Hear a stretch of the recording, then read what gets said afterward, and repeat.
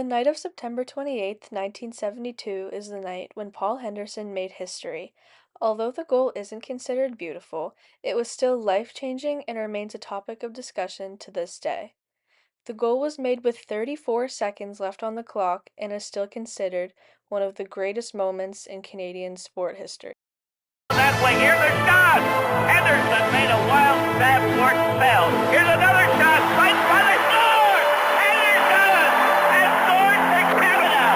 Henderson right in front of the net! And the fans...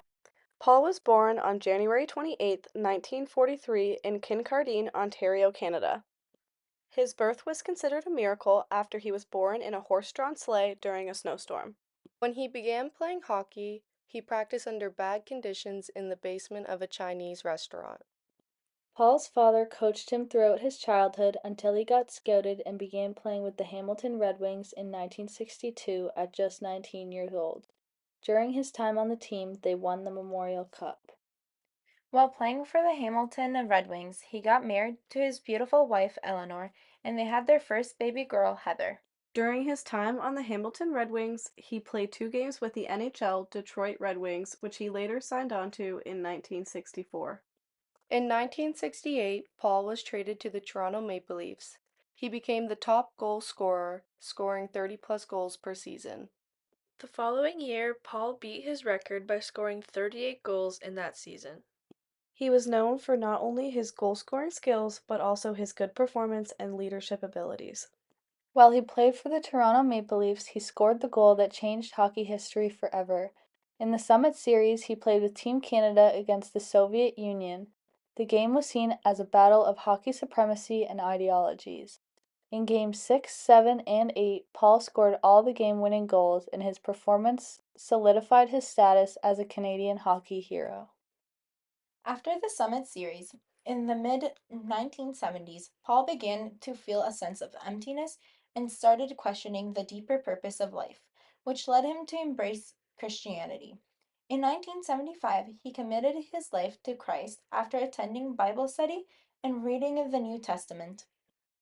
We went to Birmingham, Alabama to play for the Birmingham Bulls, and then I got a wonderful mentor by the name of John Bradford, and he poured 3 years into about 8 of us that were new Christians and mentored us and really showed us what it was to live for the Lord 7 days a week, 24 hours a day, and absolutely changed my life, and that's what I've been doing the last 26 years. He became a motivational speaker and preacher and shared his faith journey with churches, sports teams, and corporate audiences. He was then involved with organizations like Leader Impact, which focuses on integrating faith into leadership and business.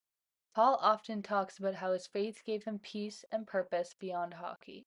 Paul left the NHL due to the lack of playing time, a poor relationship with the Toronto Maple Leaf executive Harold Ballard, and his confidence decreased as well as his skills. From the NHL, he then transferred to the World Hockey Association in 1974.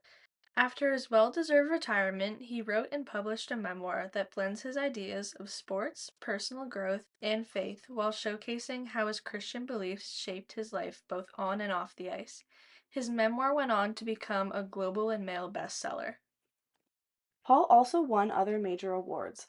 In 1995, he won the Canada Sports Hall of Fame, which recognizes him for being a great athlete. In 2009, he won the Order of Ontario Award for his dedication to Ontario and Canadian sports history. In 2012, Paul and his team were awarded the Canadian Walk of Fame due to their many great achievements in hockey. In 2013, he won the Order of Hockey in Canada Award for the greatest impact on Canadian sports and culture. Also in 2013, he won the International Ice Hockey Federation Hall of Fame Award for his performance in international hockey. In 2009, he was diagnosed with chronic lymphocytic leukemia. He credited his faith with providing strength and peace during his treatment with the calmness he felt due to his beliefs, in contrast to his life before faith when he had a fear of death. Paul is now living happily with his wife of 63 years in Mississauga, Ontario, Canada. He isn't affiliated with hockey anymore, though his love and passion for hockey will never die.